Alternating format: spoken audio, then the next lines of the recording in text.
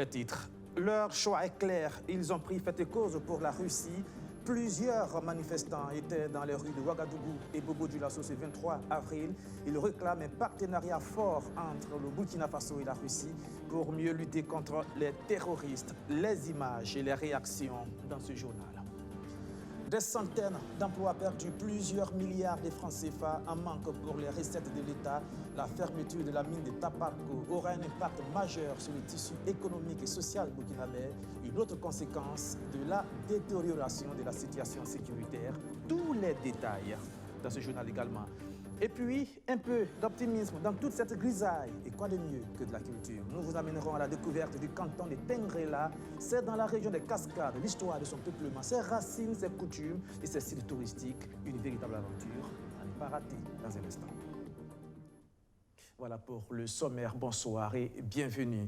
Ce week-end encore, comme il y a quelques semaines, ils se sont fait entendre, mais bruyamment. Ces jeunes qui manifestent dans la capitale et dans la deuxième ville du Burkina pour demander aux autorités de la transition de tourner le dos à la France et de s'allier à la Russie, jugée beaucoup plus efficace dans la lutte contre le terrorisme. Ce samedi, ils ont paradé une fois de plus dans les rues de Bobo-Dioulasso, brandissant des drapeaux russes, surtout Justin Dabiré.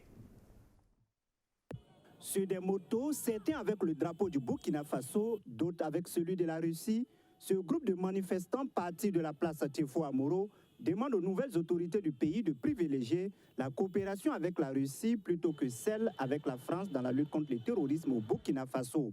Nous sommes là ce matin juste pour représenter notre mécontentement en faveur de la situation du pays. Nous voulons la Russie et non la France. C'est ça qu'on veut ce matin. On est là à sortir au nom de toute la population du Burkina. On n'a pas d'association. On n'a pas d'association. On veut que toute la population du Burkina Faso soit juste pour soutenir la Russie. On est derrière la Russie. On ne veut pas la France. On veut la Russie. Nous sommes ici ce matin parce que nos parents meurent chaque jour à cause du terrorisme. Nous demandons au président Damiba de collaborer avec la Russie. Nous avons vu les résultats positifs avec le Mali, qui collabore déjà avec ce pays. Donc il travaille avec la Russie en vue de lutter efficacement contre le terrorisme. Lorsqu'on demande à ces manifestants s'ils ont reçu une autorisation pour manifester sur la voie publique, voici leur réponse. Bon, on a demandé l'autorisation, on a passé actuellement, notre tête est chauffée. Donc on ne cherche même pas cette autorisation, on demande des pays, des populations, tout le monde n'a qu'à sortir, on va se libérer. Voilà pourquoi on est sorti. Donc nous, on manifeste pour que le pays a libéré seulement. Au moment où nous les quittons sur l'avenue de la Révolution, les manifestants ont pris la direction de la place de la Femme. Ils ont promis, disent-ils, sillonner les différents artères de la ville de Bobo-Dioulasso pour demander à l'ensemble de la population de se rallier à leur cause. Et pour être complet sur ce sujet, sachez que cette manifestation avait été interdite par le gouvernement à Ouagadougou. Les forces de maintien d'ordre ont quadrillé la place de la nation où les manifestants devraient converger. Ils ont finalement paradé à leur tour dans les rues, gênant parfois la circulation à plusieurs endroits. La suite de ce journal est encore une autre illustration d'une de ces nombreuses fameuses organisations de la société civile. Après celle qui a distribué, vous vous en souvenez sans doute, des peines de condamnation aux hommes politiques, eh bien, l'ADP, elle, vient de se spécialiser dans les annotations. L'Alliance pour la défense de la patrie donne une note de 4 sur 10 au chef de l'État. En 4 mois, la présidence de Paul-Henri Sandaogo aurait échoué à vaincre le terrorisme. Benjamin Kwame pour plus de détails. L'Alliance pour la défense de la patrie commence l'évaluation de la gouvernance de Paul-Henri Damiba en lui attribuant une note pour insuffisance de résultats engrangés dans la lutte contre le terrorisme depuis la prise du pouvoir le 24 janvier dernier. Sinon, à l'heure actuelle, si moi je dois donner une note depuis la prise du pouvoir de Damiba, en ce qui concerne les questions sécuritaires, je vais lui attribuer une note de 4 sur 10. Jusqu'à présent, on ne voit rien de concret sur le terrain. Ce n'est pas ce que les Burkinabés espéraient. L'ADP fait entendre que près de 4 mois après, les attaques terroristes s'exacerbent dans plusieurs régions du pays.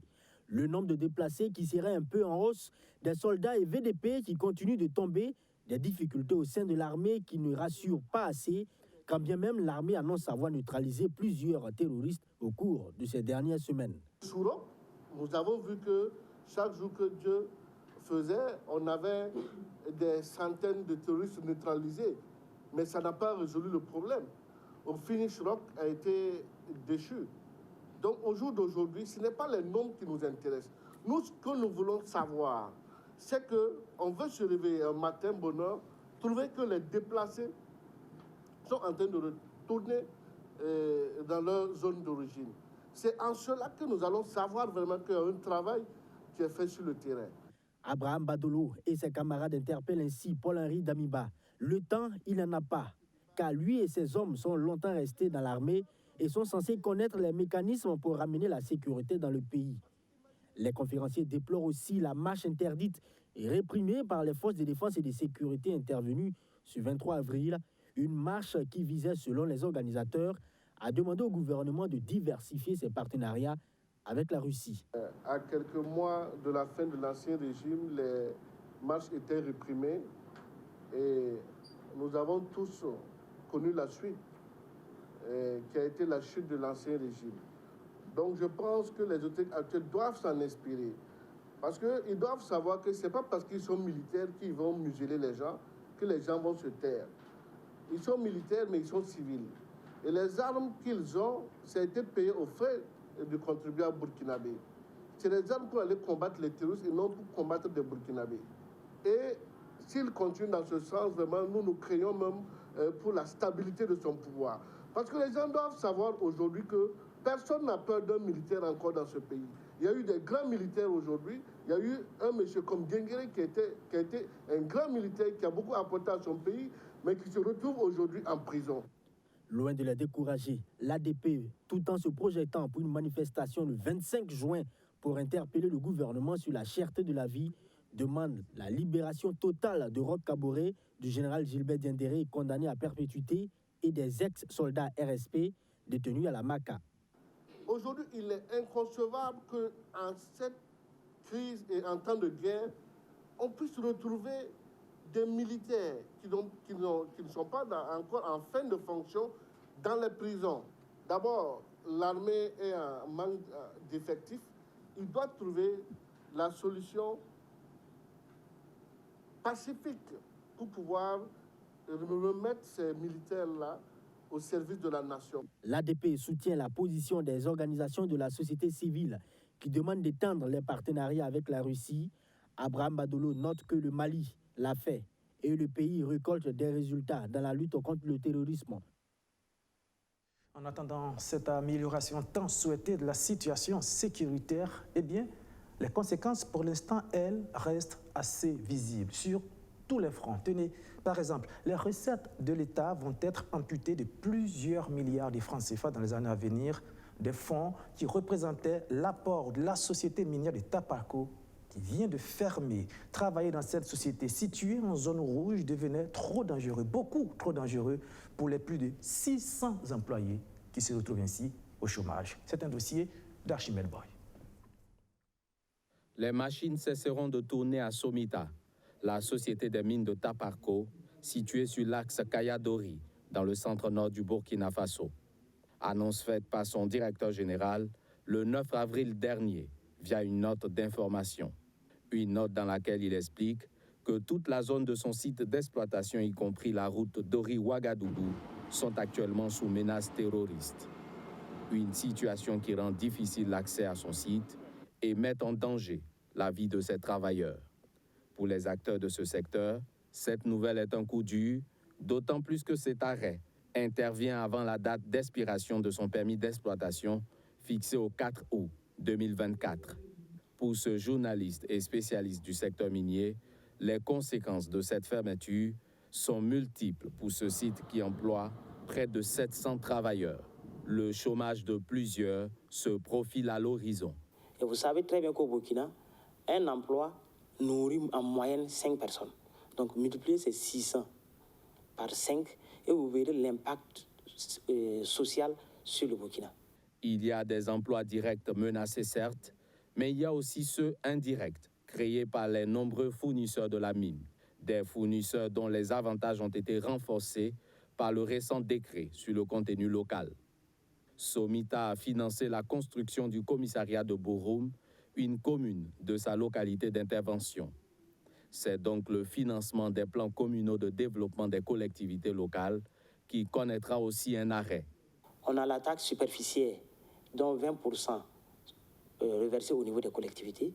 Ça fait de l'argent qui aide, par exemple, les communes à fonctionner. Selon les chiffres du ministère en charge des mines, de 2014 à 2020, Somita a produit entre 2 et 4 tonnes d'or. En 2020, elle a vendu 2,92 tonnes d'or qui lui ont rapporté 94,48 milliards de francs CFA. Depuis l'obtention de son permis d'exploitation le 4 août 2004, cette société dans laquelle l'État burkinabé est actionnaire à hauteur de 10% apporte des dizaines de milliards de francs CFA aux recettes nationales via les taxes et impôts. Taparco contribue au niveau des recettes de l'État à environ 4,5 milliards de francs CFA l'an. On va perdre facilement 4 milliards et demi si la société ferme. L'UTS, l'impôt sur les salaires, les traitements et salaires, Taparco paye par an 1,2 milliard. Les royalties, les redevances proportionnelles, c'est environ 2,5 milliards par an. Donc, il est évident qu'il y aura un impact réel, un manque à gagner. Face à cette situation sécuritaire alarmante, les organisations fêtières du secteur ont du pain sur la planche. Mais malheureusement, nous constatons qu'au niveau des acteurs miniers, les gens ne parlent pas de la même voix. On a comme une certaine discrimination lorsqu'il s'agit de défendre les intérêts d'une société X ou d'une société Y. Une délégation de la Chambre des mines a rencontré récemment le président du Faso pour, dit-elle, exposer les difficultés sécuritaires que rencontrent les acteurs du secteur. Je ne pense pas qu'elles ont fermé par de gaieté de cœur. Donc c'est pour ça qu'il était important d'exposer ces problèmes-là. Et on a une oreille attentive au niveau du chef suprême des armées. Et je pense qu'avec les assurances qui nous ont été données, il n'y a pas de raison que ces mines-là ne puissent pas reprendre dans les jours à venir. Aujourd'hui, c'est la mine de Tarpaco qui est touchée. Demain, à qui le tour sommes-nous tentés de nous interroger? Si cette société ferme, c'est l'économie nationale qui prendra un plomb dans l'aile. Surtout au moment où le nouveau pouvoir en place cherche des voies et moyens pour financer la lutte contre le terrorisme. Dans un tout autre registre, et c'était l'une des politiques phares de l'ancienne ministre en charge de la solidarité nationale et de la famille, Laurence Iboudo Marchal, le retrait des enfants de la rue. Le processus est visiblement arrivé à une autre étape. Après avoir passé 2 années dans des centres d'accueil, plusieurs de ces enfants, communément appelés enfants talibés, ont été remis à leurs parents sous la supervision des leaders religieux. Le compte rendu de Abdou Aziz Assaré. Ils ont le sourire aux lèvres à l'idée de savoir qu'ils vont bientôt rentrer chez eux. Cette dizaine d'enfants talibés étaient internés au centre d'accueil de Somgandé dans le cadre de l'opération de retrait des enfants de la rue. Aujourd'hui, ils sont remis à leurs parents après plus de 2 ans passés loin d'eux. La convergence de vues a permis ce soir de remettre à leur famille un certain nombre d'enfants qui se trouvaient au centre à Somgandé. Et certains étaient à Gambela et un qui était à Kaya. Alors, nous sommes parvenus à ce résultat parce que les parties se sont entendues et ont trouvé le consensus pour conjuguer ensemble leurs efforts pour une bonne enfance, bien éduquée, bien instruite, pour des responsables de famille dont nous serons fiers demain. Les enfants sont remis à leurs parents. L'autre défi, c'est leur maintien à la maison ou au sein des foyers coraniques afin qu'ils ne se retrouvent plus dans les rues. Pour cela, la communauté musulmane s'engage. Vous savez, nous sommes tous faillibles, hein? Mais avec tout ce qui se passe, avec les conseils que nous avons donnés au Moudir, c'est-à-dire au chef de Médressa et de tous les talibés, c'est de ne plus les voir dans la rue. Il y aura un encadrement qui va se faire. Ça va prendre peut-être du temps, mais ça va se faire. Donc je pense qu'il y aura un moment où il n'y aura pas de talibés dans la rue, Inch'Allah. Donc nous sommes dans cette dynamique-là. Voilà. Avant de rentrer à la maison avec leurs parents, chaque enfant reçoit 4 sacs de riz plus la somme de 50 000 francs CFA. Un don de la communauté musulmane. Allez, je vous propose de marquer une pause dans ce journal pour une petite aventure. Je vous emmène dans la région des Cascades, à 7 km de Banfora, direction le canton de Tengrela. Tengrela, ses traditions, sa culture, ses mausolées, mais aussi Tengrela, ses sites naturels et touristiques. Voyage avec Cédric Wilfried Mabio.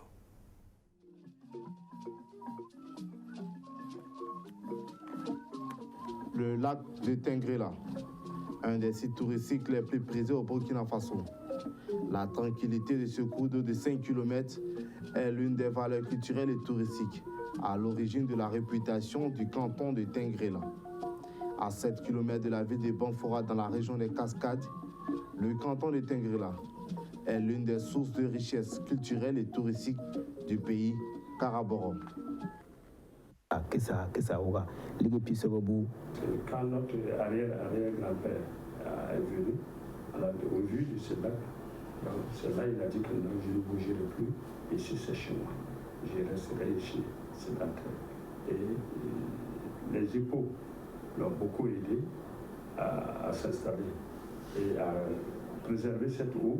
Et jusqu'à nos jours, cette eau existe.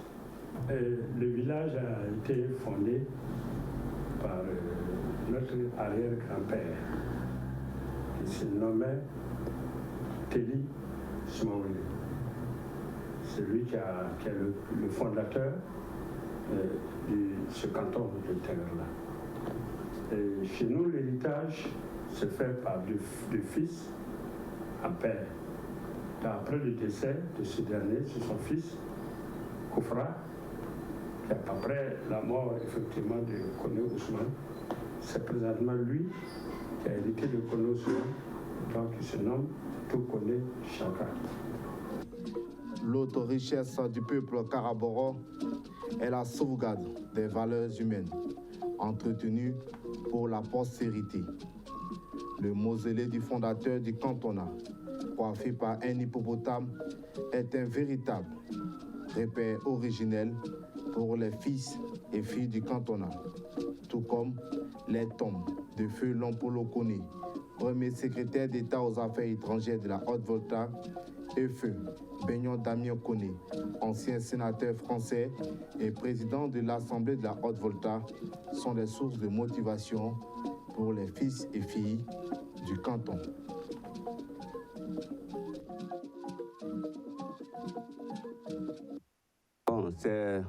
Ils représentent des grandes figures pour le village. C'est nos premiers, nos papas, nos aïeuls, qui ont eu la chance de servir dans des organisations internationales. Et nous, ça nous plaît de les voir à côté de nous. Ça nous rappelle l'histoire du village. Ça nous encourage aussi de travailler. Dans ce canton, fort de 9 villages, les populations vivent essentiellement d'agriculture, d'élevage et de pêche. La forte présence en eau permet de développer des cultures maraîchères telles que l'oignon, le piment. Le canton bénéficie d'infrastructures de base, des écoles primaires, un lycée et un CSPS, et a également accès à l'eau potable et à l'électricité.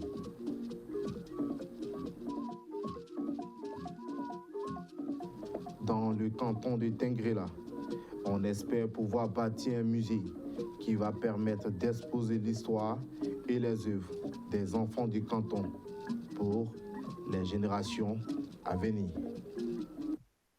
Et on quitte la région des Cascades, on descend un peu plus, on s'arrête dans la région des Hauts-Bassins avec le médiateur du Faso qui organise des audiences foraines, un exercice organisé dans le cadre du programme d'approvisionnement en eau et assainissement PAEA. Thomas Koukayao et surtout Justin Dabiri nous en disent plus. Reportage. Sollicité par le programme d'approvisionnement en eau et assainissement PAEA pour son expertise dans la gestion des conflits, le médiateur du Faso a initié ces audiences foraines pour recueillir les plaintes des populations afin d'apporter des solutions pour une meilleure gestion du programme PAEA. C'est rappeler les missions du médiateur du Faso, ses attributions et surtout comment saisir le médiateur du Faso lorsque on a des réclamations. Et cette fois-ci précisément, surtout les réclamations liées à la mise en œuvre du projet. L'avantage du partenariat avec le programme PAEA, c'est que le médiateur du Faso a une représentation dans les 13 régions du Burkina, ce qui fait que facilement les citoyens peuvent aller vers eux avec leurs plaintes. Donc ce matin, après la réception des plaintes séance tenante, ceux qui n'ont pas pu donc nous saisir peuvent se diriger au niveau de notre représentation régionale. Débuté en 2019 pour prendre fin en 2023, le PAEA vise à améliorer l'accès à l'eau potable des populations des villes et des campagnes. À 1 an de la fin du programme, le PAEA veut, à travers ses audiences foraines, recueillir les avis des populations par rapport à la mise en œuvre du programme. Le PAEA est un programme important du ministère en charge de l'eau qui vise à améliorer l'accès des populations, à peu près 2 500 000 personnes, à l'eau potable et à l'assainissement, et améliorer la connaissance sur les ressources en eau du Burkina Faso. Et un domaine transversal qui doit nous permettre de renforcer les capacités des acteurs du secteur de l'eau. Je suis convaincu que c'était le bon choix de confier au médiateur du Faso la gestion des plaintes qui pourraient résulter de la mise en œuvre du programme. Le programme d'approvisionnement en eau et assainissement couvre 4 régions du Burkina Faso, les hauts-bassins, la Boucle du Monde, les Cascades et le Sud-Ouest. 4 régions dans lesquelles le médiateur du Faso et l'autorité supérieure de contrôle d'État et de lutte contre la corruption, ASE-LC partenaires, doivent intervenir pour garantir une bonne gestion du PAEA. La deuxième édition de l'appel à projet Ecomédia, initié par la Chambre de commerce et d'industrie du Burkina, vient de connaître son épilogue. À l'issue de l'examen des projets, 8 organes de presse sur les 17 sélectionnés ont été récompensés. Abdou Karim Banda pour les détails. 5 millions de francs CFA, c'est ce que reçoit chacun des 8 organes de presse, lauréats du prix Ecomédia. Un concours initié par la Chambre de commerce et d'industrie du Burkina en faveur de la presse publique et privée légalement établie au Burkina Faso. Ces médias devront proposer des productions à caractère économique pouvant participer au développement du pays. À la proclamation des résultats de la deuxième édition ce 21 avril, le journal Le Pays se positionne premier dans la catégorie presse écrite, tandis que Faso Actu domine le classement dans la catégorie presse en ligne. La radio Solidarité de Wayugia vient en tête dans la catégorie radio et se classe première dans le classement général avec son projet 52 minutes pour promouvoir l'économie locale. Le projet de la radio Solidarité, c'est de valoriser la production agricole de la région du Nord. Il faut dire qu'avec le Covid-19, les commerçants de la région du Nord avaient du mal à évacuer leurs produits. Vous savez, en 2020, ils ont fermé les frontières. Donc, il y a eu beaucoup de productions qui sont pourries au Nord. Et nous, on s'est dit non, il faut monter un projet pour chercher des financements pour valoriser la production agricole de la région du Nord. Le budget de cette deuxième édition se lève à 50 millions de francs CFA. À Ankura Mamadi Sano, vice-président de la Chambre de commerce et d'industrie du Burkina, ce montant pourrait augmenter, mais à une condition. Si ça continue et qu'il y a l'engouement et que les productions méritent d'aller plus au-delà des 50 millions dans les années qui viennent, on n'hésiterait pas à aller au-delà. Mais pour l'instant, ce que nous pouvons dire, c'est que nous félicitons la presse pour sa participation au développement du pays. Et rien ne peut se faire sans la presse et nous en sommes conscients. Et le monde des affaires a besoin de la presse pour faire connaître les difficultés que nous connaissons et aussi les succès. La ministre de la Communication, marraine de la présente édition, apprécie l'initiative et encourage les médias à s'intéresser davantage à Ecomédia. Nous allons communiquer davantage à l'endroit de la presse pour leur montrer un peu l'intérêt pour eux de participer donc, à cette sélection qui ne fait que leur donner en tout cas du travail et des ressources. Parce qu'aujourd'hui, la ressource financière est rare et avoir une institution qui met 50 millions à votre disposition, ça devrait être en tout cas une motivation supplémentaire pour produire, parce qu'ils le font déjà sans être financés. Donc s'il y a un financement, autant saisir l'occasion. Pour l'édition de 2021, 19 candidatures ont été réceptionnées, 17 présélectionnées et 8 jugées recevables sur les 10 attendus. La troisième édition est prévue pour être lancée courant juillet 2022, avec encore 50 millions sur la table. C'est un festival que vous connaissez sans doute, vous êtes habitué puisqu'il existe depuis maintenant 30 années. Le festival Jazz Awaga fête ses 30 ans et c'est du 29 avril au 7 mai prochain, une célébration grandeur nature que nous explique Justin Amonto.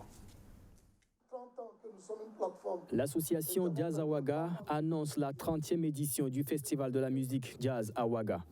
Du 29 avril au 7 mai 2022 prochain, la capitale burkinabé va vibrer au rythme de la musique jazz. Le 29 avril, Patrick Cabré, ancien lauréat de ce festival, sera le premier artiste à ouvrir officiellement l'édition 2022 du Jazz Awaga. L'Institut français et la Place de la Nation sont les deux lieux principaux choisis cette année pour le festival, selon les organisateurs. Pour cette 30e anniversaire du Jazz Awaga, un budget de sécurité est prévu pour la tenue du festival, malgré la crise sécuritaire que traverse le Burkina Faso. Le contexte sécuritaire nous amène à avoir un budget de sécurité et donc à prendre en compte le volet sécuritaire. Donc tout est pris en compte pour que la police, la gendarmerie et même les militaires soient mobilisés pour assurer la sécurité entre les deux lieux essentiels de tenue du festival que sont l'Institut français et la Place de la Nation. Devenu au fil du temps un festival phare du paysage culturel burkinabé, le festival Jazz Awaga se déroule cette année sous le thème Jazz Awaga, 30 ans au service de la musique. Il n'y a pas beaucoup de festivals qui font 30 ans. Donc déjà, c'est un gros résultat de pouvoir tenir pendant 30 ans et de continuer à donner une programmation aussi riche. On a un programme très choc pour célébrer ces 30 ans, très équilibré. Et nous avons pensé aussi au Sahel. Donc il y a deux groupes qui nous viennent du Sahel burkinabé, qui viennent de Gorom et de Dori pour participer à la fête. Et un autre groupe qui vient aussi de Bobo du Lasso, la troupe Boloma Côté. Le village Jazz Awaga, qui est un cadre de rencontre musicale mémorable entre musiciens, amateurs et professionnels, est programmé sur 4 jours cette année. Le village du festival cette année, c'est 4 jours, c'est du 4 au 7 mai.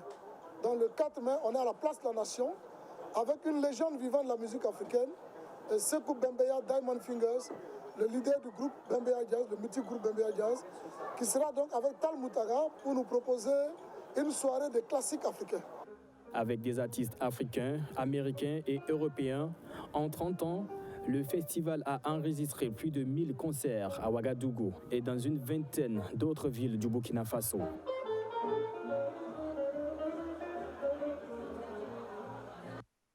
Et pour terminer cette information sportive qui vient de tomber, ça se passe en Côte d'Ivoire. Didier Drogba ne sera pas le prochain président de la Fédération ivoirienne de football pour l'instant. Je dis bien pour l'instant. Il a été éliminé à l'issue du premier tour. C'est Idriss Diallo et Sori Diabaté, les deux autres candidats qui s'affrontent pour un second tour. Les votes ont lieu en ce moment même. Nous vous donnerons les résultats dans nos prochaines éditions. Merci de nous avoir suivis. Merci encore une fois de votre fidélité renouvelée. Bon week-end. Bon week-end. Soyez vraiment prudents.